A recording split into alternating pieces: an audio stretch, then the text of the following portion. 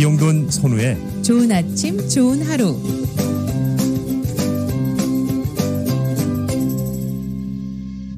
네, 좋은 아침 좋은 하루 함께하고 계십니다. 네, 많이 기다렸습니다. 몇 주 만에 모시는데요. 서울 메디컬 그룹의 재무이사로 계시는 내과 전문의 한경모 박사님 오셨습니다. 안녕하세요. 네, 안녕하세요. 네, 반갑습니다. 오늘 이제 마스크를 이제 시원하게 벗어주셨습니다. 네. 박사님. 예, 그래서 백신 맞으신 지 2차 접종까지 하신 지 이제 의료진이 제일 먼저 예, 맞았으니까 예, 꽤 되셨죠. 예. 이제 벌써 뭐 한 달쯤 됐나 꽤 됐죠. 네. 네, 그러세요. 2차 맞은 지. 아니, 그리고 이제 백신을 혼자만 맞으신 게 아니라 서울 메디컬 그룹의 닥터분들 다 맞으셨고 네, 네. 그 그쵸. 관계자들 메디컬 빌딩에 계신 분들 거의 다 맞으셨고 예, 지금 네. 그런 상황일 거 그래서 아니겠습니까? 스태프들도 먼저 맞았죠. 네. 그렇죠. 이제 제일 그분들끼리 계실 때는 지금은 좀 뭐랄까 좀 안심이 되겠다 뭐 이런 느낌이 좀 있으시겠네요. 조금 안심이 되지만 계속해서 마스크 쓰면서 환자 대할 적에 그렇게 하고 있습니다. 그래서 네. 바이든 행정부 CDC에서 새로운 지침이 나왔어요. 바로 하루 네. 이틀 전에. 네. 근데 그 첫 번째는 뭐냐면 2차까지 완전히 맞은 사람은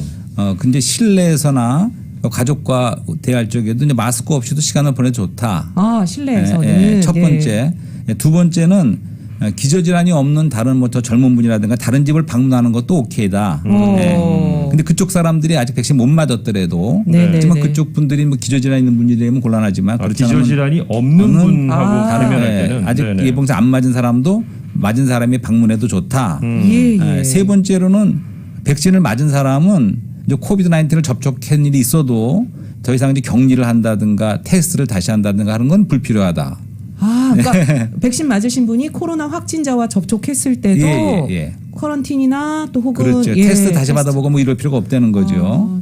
그렇지만 한 가지는 많은 공중, 대중과 함께하는 그러한 실내에서 많은 사람이 모인다든가 그런 그러다 거는 보니까. 여전히 조심하는 게 좋다. 백신 맞은 여행도 사람도. 그렇죠. 여행도 안 되겠죠. 네, 그런 네. 새로운 지침이 나왔어요. 그러니까 그래서 저도 오늘 마스크를 안 쓰고 지금 그러네요. 실내. 네. 예. 저희는 일단 순서가 아직 안 됩니다. 안 돼요. 예, 저희는 밀려 있습니다. 그러시군요. 예.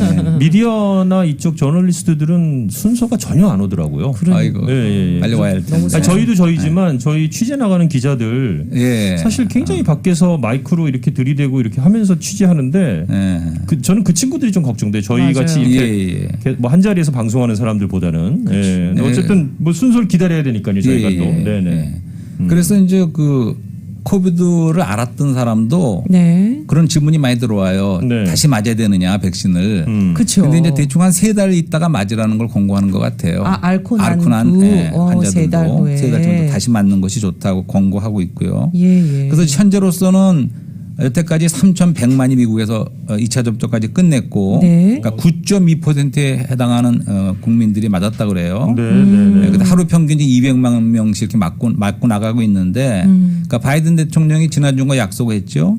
그러니까 5월 말까지는 원하는 모든 사람이 맞을 수 있도록 그런 양을 확보할 수 있다. 네. 예.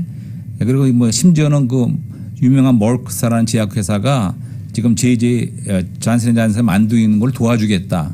그럼으로써 그 속도를 내기 위해서 이제 그런 노력도 하고 있는 것 같아요. 많은 분들이 존슨앤존슨을 기다리시더라고요. 예. 한 번만 맞는다. 그래서 앞으로도 맞는 방법도 더 이렇게 확보하고 하다 보면 5월 말까지 다 맞을 수 있는 거를 기대해 본다 그러면 이제부터는 더 가속화가 될 것 같아요. 접종이. 그러니까 5월 말까지 다 뭐 아니더라도 한 70%만 그렇죠. 맞아도 일단 퍼지는 거는 막히는 거죠. 네, 그럼요. 그리고 현재로서는 예방 접종을 맞게 되면 어떤 네. 걸 맞았든 간에 어쨌든 그 전파가 트랜스미션이 줄어든다는 것은 확실하게 그런 네, 거라고 네. 인정하는 것 같고 네. 그리고 변이 바이러스에 대해서도 일단 혹시 걸리더라도 어떤 심각한 상태로 나가지 않는 그런 분명히 프로텍션이 있다. 네. 입원한다든가 네. 사망한다든가 하는 걸로 가지 않을 수 있는 그런 도움이 되기 때문에 하여튼 이제는 좀 정말 그야말로 우리가 처음 방송 우리가 6월달 작년 시작했을 적에는 정말 터널 끝이 안 보이는 상황이었는데 지금은 보이는 것 같습니다. 이제는. 네, 끝이 보입니다. 끝이 네. 보이는 것 같아요. 근데 그런데 이제 많은 저희도 방송에서 이제 쭉 말씀을 드렸고 그 제보가 이제 가끔 저희한테 들어오거든요. 네네. 백신을 맞은 후에 코로나 감염자로 판명이 되는 경우들이 좀 종종 좀 있으신가 봐요. 많진 않지만 그러니까 항체 그렇군요. 형성 시기가 되기까지 시간이 걸려서 그런가요? 그렇다고 봐야겠죠. 네네.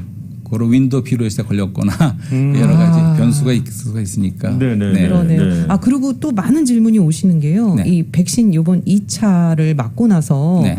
굉장히 좀 많이 아프셨다는 분들이 주변에 많아서 걱정들을 일반적으로 하시더라고요. 네, 그렇지만 다 그런 건 아닙니다. 네. 사람에 따라서 일부가 그런 이치요. 그쵸. 대부분의 분들은 큰 문제 없이 지나가요. 그렇기 때문에 모든 분이 맞아야 돼. 그거 무서워서 못 맞고 그러니까 그럴 필요는 없다고 맞아요. 봅니다. 예. 그걸 자꾸 예. 걱정하시고 그러시더라고요. 이제 과장돼서 얘기가 도니까.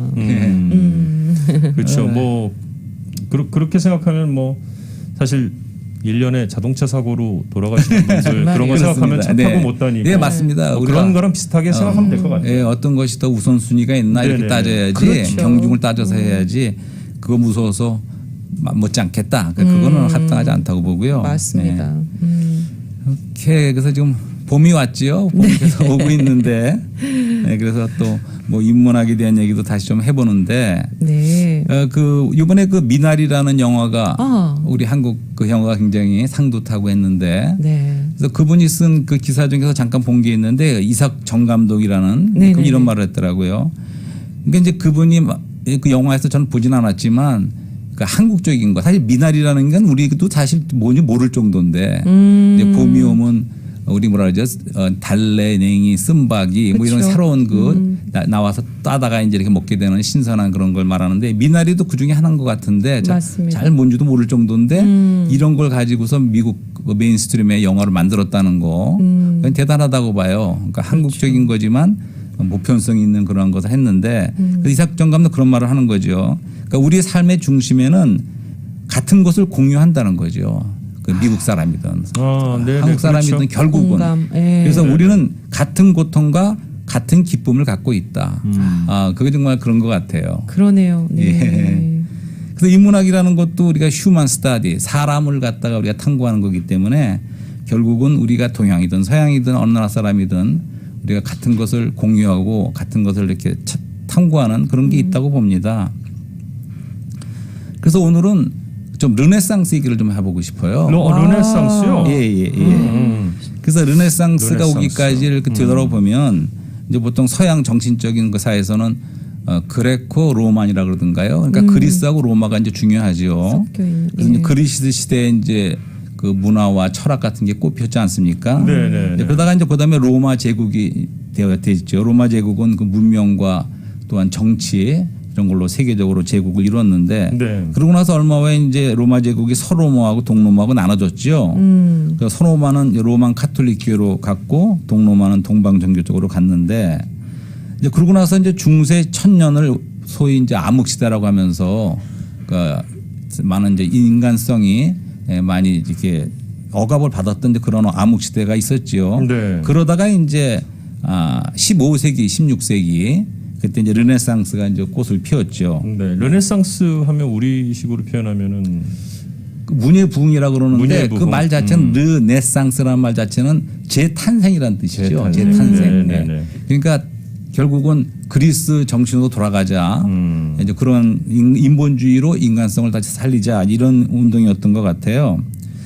르네상스 이후에는 이제 근대 사회인데 이제 근대 사회에는 우리 기억나는 거는 영국에서는 산업혁명이 있었고 프랑스에서는 계몽주의를 통해서 또 이런 많은 근대 사회로 진입을 하면서 지금은 이제 우리가 현대다, 현대 시대를 살고 있다 이렇게 말할 그렇죠. 수가 있겠죠. 네. 이런 역사적인 흐름이었는데 그 르네상스, 재탄생, 문예 부흥 이 시대를 소위 이제 빛과 아름다움과 창조의 시대라고 얘기해요. 그만큼 가장 정말 활발한 문화 부흥 시기. 문화가 다시 꽃피운 그런 시대였죠. 네. 그거는 그리스의 인본주의로 다시 회귀하는 그런 움직임이 있었죠. 그러니까 그 배경의 중세 시대는 사실은 굉장히 획일적인 종교. 그렇죠. 그다음에 권위적이고도 또 교황권을 앞세운 또 하나의 특징은 봉건주의였죠. 그러니까 종교계나 거기서는 교황이 완전히 권위를 갖고 있었고 파워를 잡았고 또 이제 각 지역마다 영주. 농경사회 속에서 봉건주의, 네. 봉건 군주들이 또 이렇게 있는 그러한 근데 봉건 군주마저도 교황의 권위에 다 그 아래 있었던 예속되는, 그런 시기였죠. 네네. 이제 그러면서 조금씩 그 상업이 발달했고 그 당시에 이제 중상층도 형성되고 또 그러한 이제 사회적인 배경도 있었던 것 같아요. 농사 지을 때는 사실 영주가 그렇죠. 최고인데 그렇죠. 이게 이제 상업이 발달하다 보니까 예, 상인이 상인들이 새로운 그렇죠. 이제 새로운 파워 그렇죠. 계층이 네. 탄생을 하게 예, 되고 그렇습니다. 이제 그게 중산층이라고 할 수 있는 네, 네. 상인들 이런 발달과 함께 이제 그런 것이 특별히 이제 유럽, 이탈리 이런 걸 중심으로 형성이 됐다는 거죠. 네. 이제 그러면서 르네상스가 왔고 그것은 또 신대륙 발견과 비슷한 것 같아요. 그래서 우리가 1492년을 신대륙을 발견하는 거로 기억하고 있는데 콜럼버스에 의해서. 근데 이것도 굉장한 거였죠. 그러니까 세상 사람 그때 사람들은 지구는 평평하다. 맞네요. 그러니까 저쪽으로 계속 항해를 나가면 뚝 떨어질 수 있다. 그렇게 생각했는데 아니다. 그래갖고 이제 세이론 항해.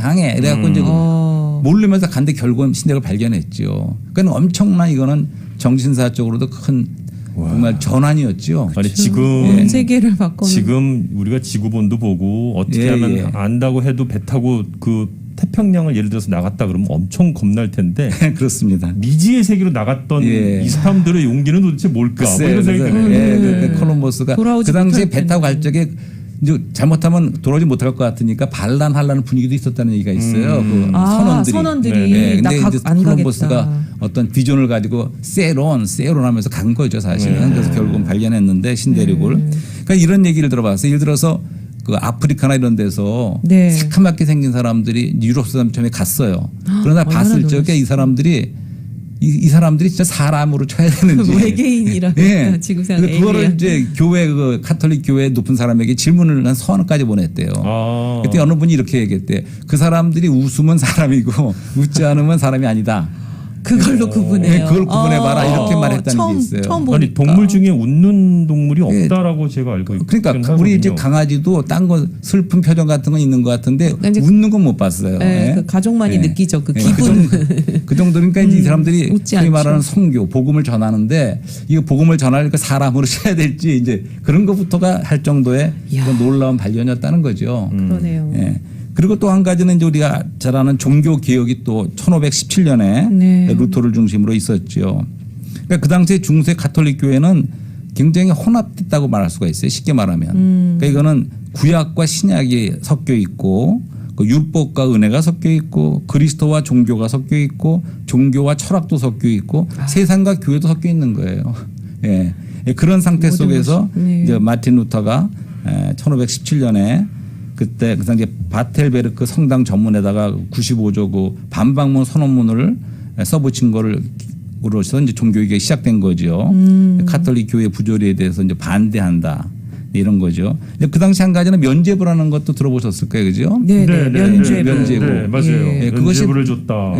그것이 그때만 있던 게 아니라 그 몇백 년 전부터 있어온 건데 면죄부를 팔아서 이제 사실은 뭐 로마의 성당을 진다든가 이런 데 쓰니까 독일 사람이 볼 적에는 물론 종교적인 것도 있지만 독일 쪽의 봉건왕 군주가 볼 적에는 돈이 그걸로 나가는 거예요. 그러니까 다시 말해서 이 종교 개혁도 종교만이 개혁이 문제가 아니고 그 당시에 그런 정치적인 것도 좀 배경의 결합이 좀 돼 있었다는 거죠. 그러네요. 예, 그런 상에서 종교 개혁이 있었습니다. 그래서 결국은 로만 카톨릭 중세 그 교회는 세계 교회라고 할 수 있죠. 세계 교회. 온 세계가 한 교회라고 그렇게 하는 거죠. 그러다가 이제 루터가 종교 개혁을 하고 나서는 국가 교회가 됐습니다. 그러니까 독일이 하나의 루터란 교회 이런 식으로. 이제 그런 다음에 이제 그 칼빈을 중심으로 한 이제 개혁 운동이 있으면서 개혁주의가 리폼드 철치라는 거죠. 네. 그렇게 시작이 됐다가 그다음에 이제 옳은 진리를 새로 발견할 때마다 또 새로운 그 이의자에서 이제는 리폼드 교회에서 계속 새로운 그 디노미네이션이라고 말하죠. 그다음부터는 그러니까 이름을 붙인다는 뜻이죠. 디노미네이션은. 그러니까 이제 많은 소위 말하는 교파들이 생겨서 오늘날에는 뭐 수천 개 교파가 있다지 않습니까? 나중에 감리교도 나오고 장로교, 감리교, 그렇죠. 침례교. 까지 나눠졌군요. 오늘날까지 이렇게 왔습니다. 종교개혁이. 근데 사실 저는 한 10년, 딱 10년 됐군요. 10년 전에 이태리를 여행을 해본 적이 있습니다. 처음으로 유럽을 가면서 이태리 전 10년 전에 유럽을 처음 가신 거예요? 처음 간 거죠. 그러니까 유럽을 잘 아는 분이 잠깐 권유를 해서 단체 여행으로 간 게 아니라 처음으로 유럽을 가면서 와이프랑 둘이서 그냥 이렇게 배낭여행 그런 식입니다. 이신가요? 예. 근데 그게 익사이트하고 좋은 점도 있지만 조금 가이드가 없기 때문에 사실은 그 설명을 못 듣는 것은 사실 지금 생각해 보니까 그 아쉬운 점이었어요. 놓치는 게 좀 있어요. 좀 알고 그 유럽의 가이드들은 대단하십니다. 그분들은 진짜 막 유학 갔다가 주저앉아 갖고 진짜 전문가시죠. 예, 전문가예요. 역사고 철학 이거 다 아는 게 너무 많아요. 책에서 또 듣지 못하는 보지 못하는 얘기를 해주시고 그렇게 그냥 가시기가 쉽진 않으신데 어디 가셨어요? 그러니까 이제 비행기 타고 로마로 갔습니다. 일단 로마로 여기서 직행을 하신 거예요? 예. 로마로 갔다가 로마에서 갈아타고는 제노아라는 곳으로 갔다가 제노아에서 이제 기차 그다음에 기차입니다. 제노바 우리가 흔히 제노바가 아니고 제노아라 그래. 조금해요. 제노바는 스위스죠. 네, 그렇습니다. 네, 제노아가 콜럼버스가 태어난 거 제노아라 그래요. 약간 북쪽으로. 스위스는 제네바. 밀란보다 아래쪽 제노아라 그러더라고. 제노아. 거기서 이제 기차를 타고 다음부터는 이제 내려오면서 거기 싱크테레라는 데가 있어요. 싱크테레. 싱크는 다섯이라는 뜻이고 테레는 땅이라는 뜻입니다. 신고. 그러니까 각 기차 양반을 내려서 그 마을을 보는 거예요. 근데 거기가 진짜 좋은 여행하셨어요. 그러니까 이 바다를 절벽이 있으면서 그 바닷가가 있는 그런 마을들이 그 절벽 위에는 빨간색 지붕의 이탈리아의 그 집들이 많이 있는데요. 너무 아름답죠. 예, 그런 곳을 각 역마다 내려서 거길 보고 또 그 바닷가를 뚫는 길이 다 있어요. 그 절벽을 뚫고 그 길을 따라서 이제 이태리는 구경하면서 정말 남부와 북부가 완전 다른 나라더라고요. 그 다음에는 이제 기차 타고 이제 피사. 그 유명한 피사 사탑이 있는 피사를 갔고요. 사탑 보셨나요? 네, 그 다음에 이제 플로렌스까지 또 기차로 갔고 피렌체라고 하는. 그 다음에 거기서 기차를 타고 이제 베니스까지 가서 베니스까지 보고 돌아오는 그런 코스였습니다. 예, 그러니까 까딱했으면 기차를 놓칠 뻔한 적도 있어요. 그러니까 그런 위험도 좀 있습니다. 그렇죠. 예, 아슬아슬하고.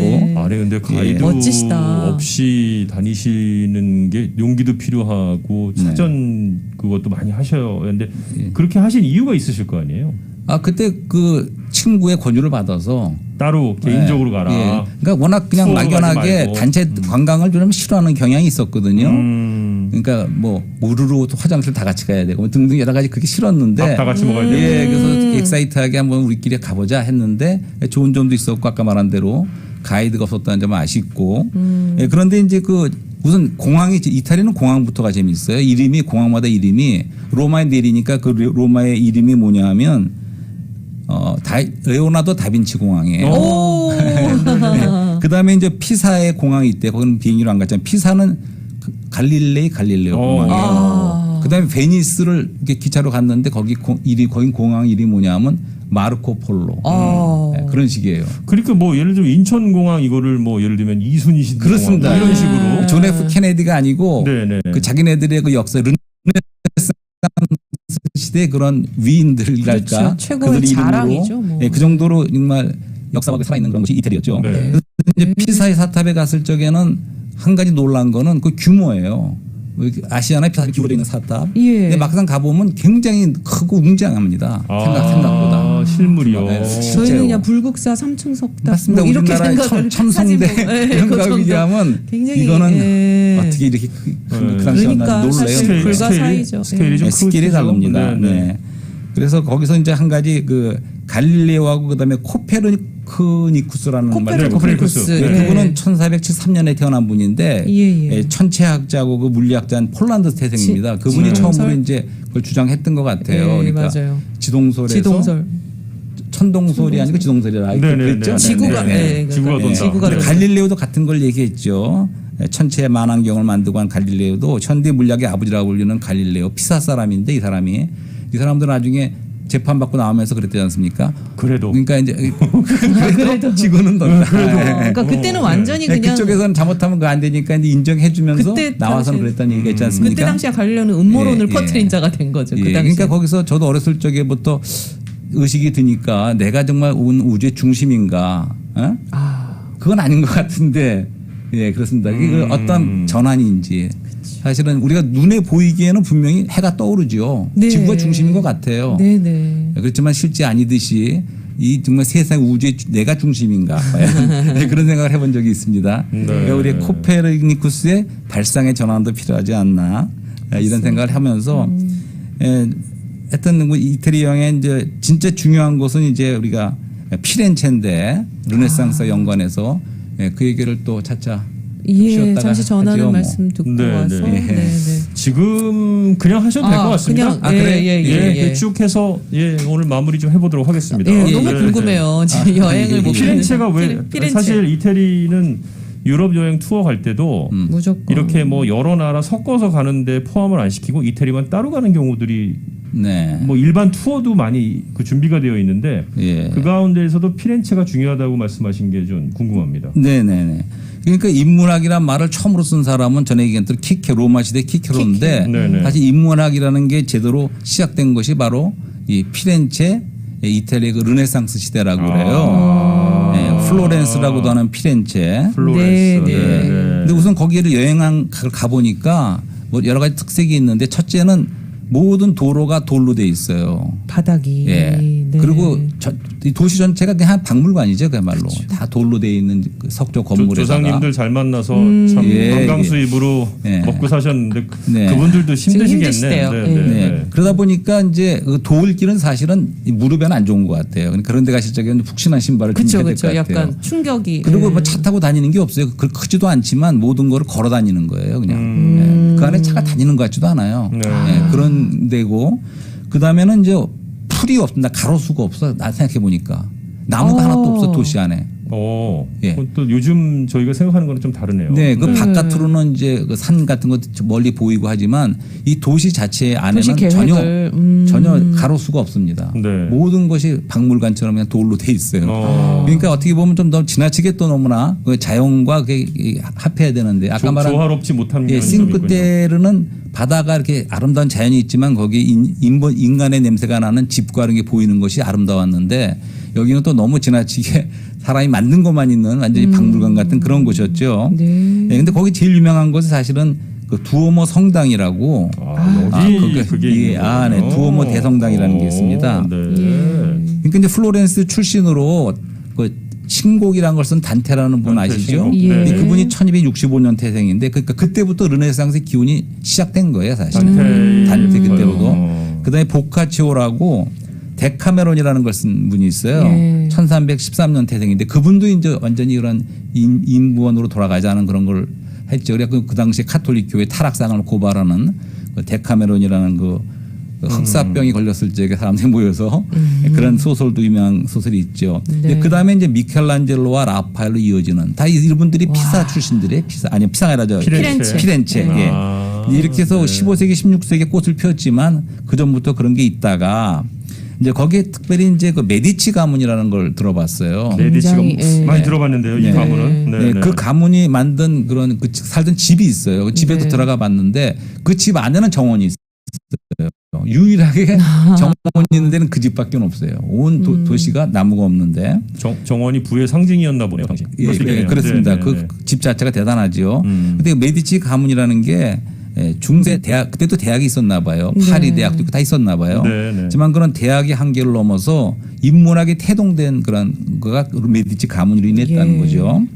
그 다음에는 그 중세 시대 때 그런 어떠한 아리스토텔레스적인 그러한 철학에서 플라톤주의로 넘어가는 그러니까 플라톤주의를 굉장히 많이 연구하고 가르쳤던 그런 가문이래요. 근데 이제 플라톤주의라는 건 조금 더 초월 세계와 현상 세계를 결합한 그러니까 새로운 창조를 위해서는 이런 사고와 새로운 정신의 변혁도 필요한 그런 때였는데 메디치 가문이 그런 걸 했다는 거죠.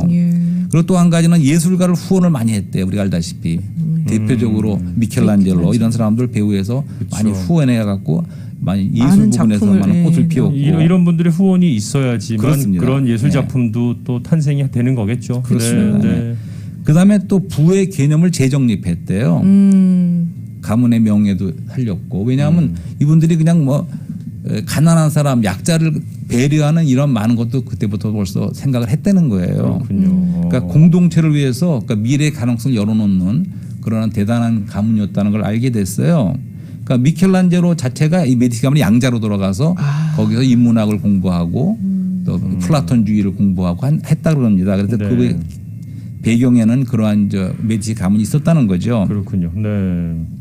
네, 그래서 이 성당을 이제 보면서 그 성당을 직접 올라가 봤어요, 사실은. 두오모 성당이에요.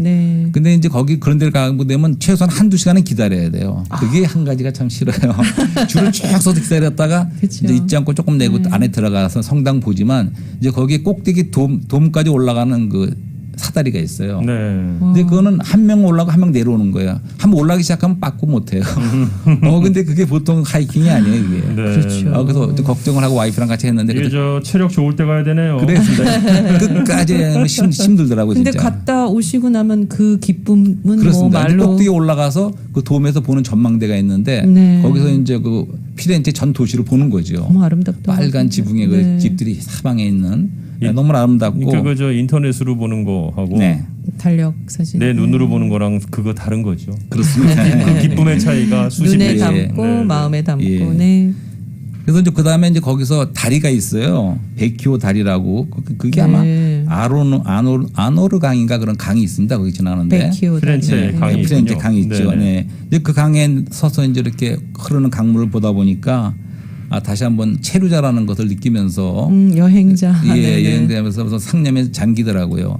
뭐냐면 앞으로는 50년 후에는 나는 여기 있을 것인가 그런 생각을 해봤어요. 왜냐하면 그 앞에 이제 그 여러 박물관도 있고 유명한 아카데미 갈레리라는 곳에는 그 앞에 이제 다윗상, 다윗 조각상이 있죠. 미켈란젤로의 유명한 작품인 그런 것도 있고 들어가 보면 거기에는 뭐 레오나르도 다빈치라든가 라파엘이라든가 많은 작품들이 그 박물관에 있어요.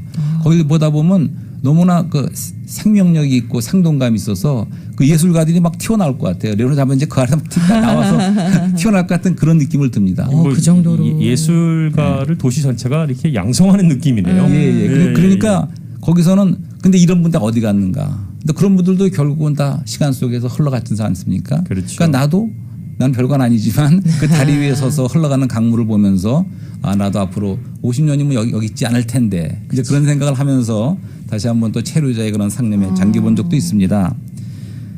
예, 그래서 하여튼 그 여러 가지가 있고 그다음에 또 뭐가 있을까요? 그 두오모 성당은 세계적으로도 기적적이라고 아직도 본대요. 네. 왜냐하면 거기에 세계에서 네 번째로 큰가 그런데 450만 개의 돌로 지어졌대요. 그러니까 다시 한번 피사 사탑에 느낀 거를 그 두오모 성당의 앞에 가보면 딴 것보다 규모가 크게 놀라요. 네. 이거는 이렇게 걱정이 돼. 이걸 그렇게 어떻게 무거워 보이는 돌들이 자꾸 높이 이렇게 써 있는데 높이가 100m가 넘지 아마 높이 그렇죠. 자체가. 그런데 그것이 밑에 있는 돌이 어떻게 짜부러지지 않나 뭐 이런 걱정. 웅장하고 묵중한 그러한 아름다우면서도 그리고 돌마다 다 앞에는 다 조각이 돼 있어요. 하나하나에. 이런 식으로 졌기 때문에 그것이 뭐 서로가 이렇게 지그재그로 졌고 서로가 잡아당기는 뭐 장력을 이용해 도움을 주었다 이런 말을 들어볼 적에 이건 정말 건축 아직까지도 다 이해를 못한대요. 또한 엄청 현대 과학으로도 발달했었던 거네요. 그렇죠. 그렇습니다. 네, 그래서 네. 이제 기적적인 건축 양식과 건축물이라는 거를 보았어요. 네. 오늘 서울 메디컬 그룹의 우리 저 CFO시죠 한경모 박사님 모시고서 이제 인문학 얘기 오늘 특히 르네상스 그리고 그 중심에 있었던 이태리에 대한 이야기를 조금 나누면서 자 이제 조금 뭐 결론을 좀 내려보는 시간 가져야겠는데요. 네. 시간이 다 됐습니다. 예. 그래서 저는 이런 생각을 해봤어요. 지금이 또 한 번의 전환의 시대는 아닌가. 그러니까 그때 지금 오늘 현재 이 시간이요. 예, 지금 왜냐하면 500년 전이에요. 사실은 종교개혁 500년 기념이 2017년에 500년이 지났습니다. 그렇군요. 1517년에 500년. 그래서 많은 이제 행사도 하고 그랬습니다. 기독교 안에서. 그러니까 지금 500년 좀 지났는데 그 당시에도 많은 부분에서 르네상스 문의 부흥이라든가 종교개혁이라든가 신대적 발견 이런 큰 전환이 있었는데 근데 지금도 어떻게 보면 우리가 지금 코로나 사태를 지나고 있는 지금 4차 산업혁명으로 나가려는 지금 이 시대가 또 하나의 어떤 전환의 시대라는 그런 느낌을 받아봤어요. 무슨 얘기냐면 지금도 사실은 4차 산업혁명이라는 것이 전에도 얘기했지만 이 디지털과 아날로그의 연결 아닙니까? 그렇죠. 그러니까 현실 세계와 가상 세계 연결. 그러니까 그 당시에도 그런 어떤 걸 꿈꿨지만 지금은 한 단계 더 나가서 그러니까 인간의 자아와 인간 자신을 실현하고 표현하려는 이제 그러한 더 높은 방면의 문명으로 나가는 때가 아닌가. 그리고 신대륙 발견이 아니라 지금 뭘 말하고 있습니까? 우주를 또 개발하겠대요. 그렇죠. 네, 그런 또 하나의 어떤 전환이 있는 시기에 종교적으로도 사실은 500년이 지났지만 지금은 제2의 종교개혁을 다들 말하고 있어요. 왜냐하면 그 당시에 반대하고 비판했던 그것이 그 모습이 지금 개혁자들이 부르던 것과 좀 다름없는 또 다른 그런 걸로 왔다고 보기 때문에 또 제2의 종교적이 필요하다. 다시 뭐 성경으로 그럴 수 돌아가자. 또 이런 운동을 그런 걸 부르짖는 기독교 안에서도 그러한 자성의 목소리가 있는 이제 그런 시기에 지금 와 있습니다. 네. 네, 그래서 지금도 또 하나의 큰 전환에 우리가 시기에 와 있지 않나 하는 생각을 하면서 사실 인문학이라는 거는 계속 그 사람과 하늘과 땅이 서 있는 한 사람에 대한 것을 추구하는 거 아닙니까? 네, 그리고 시간과 영혼, 하늘과 땅 이것이 다 있기 때문에 우리가 참 사람을 알고 우리 내가 누구인가 또 어떻게 살 것인가 어떻게 아름답게 죽을 것인가 그리고 과연 이 죽음은 벽인가 문인가 이런 모든 문제를 탐구하는 인문학에 있어서 이제 우리가 오늘 이런 전환의 시기에서 네. 정말 참답게 또 새로운 그러니까 르네상스라는 건 재탄생 다시란 뜻이 있죠. 예, 리폼 그는 다시 개혁한다는 뜻이고 모든 것이 돌아가거나 또 새로운 곳에 나가는 것인데 지금 우리가 이런 모든 것을 얘기하면서 다시 한번 또 봄이 오고 있는데 우리가 정말 새로운 생명, 새로운 거 봄으로 다시 나가기 위해서 한번 우리가 부활을 꿈꿔보면서 또 오늘 이렇게 르네상스 얘기를 해보았습니다. 네, 오늘 서울 메디컬 그룹의 우리 한경모 박사님과 함께한 시간이었습니다. 생각을 많이 하게 만들어 주세요. 시작하면서 질문을 탁 던져주시고 이제 그래서 이렇게 말씀하시는 거를 쭉 이렇게 깊게 생각을 하다 보니까. 저도 이제 진행자로서보다는 이렇게 듣는 사람의 입장으로 자꾸 변해가는 거예요. 그럼요. 네. 그리고 박사님이 말씀해주신 책들이나 이런 뭐 여행지 이런 걸 또 한번 찾아보게 되고, 그렇죠. 네, 관심 갖게 되게 해주셔서 감사합니다. 자, 오늘도 바쁜 시간에 또 귀한 시간 내주셔서 대단히 감사하고요. 또 한 2주 후에 뵙도록 하겠습니다. 네, 오늘 말씀 감사합니다. 감사했습니다. 네, 감사합니다.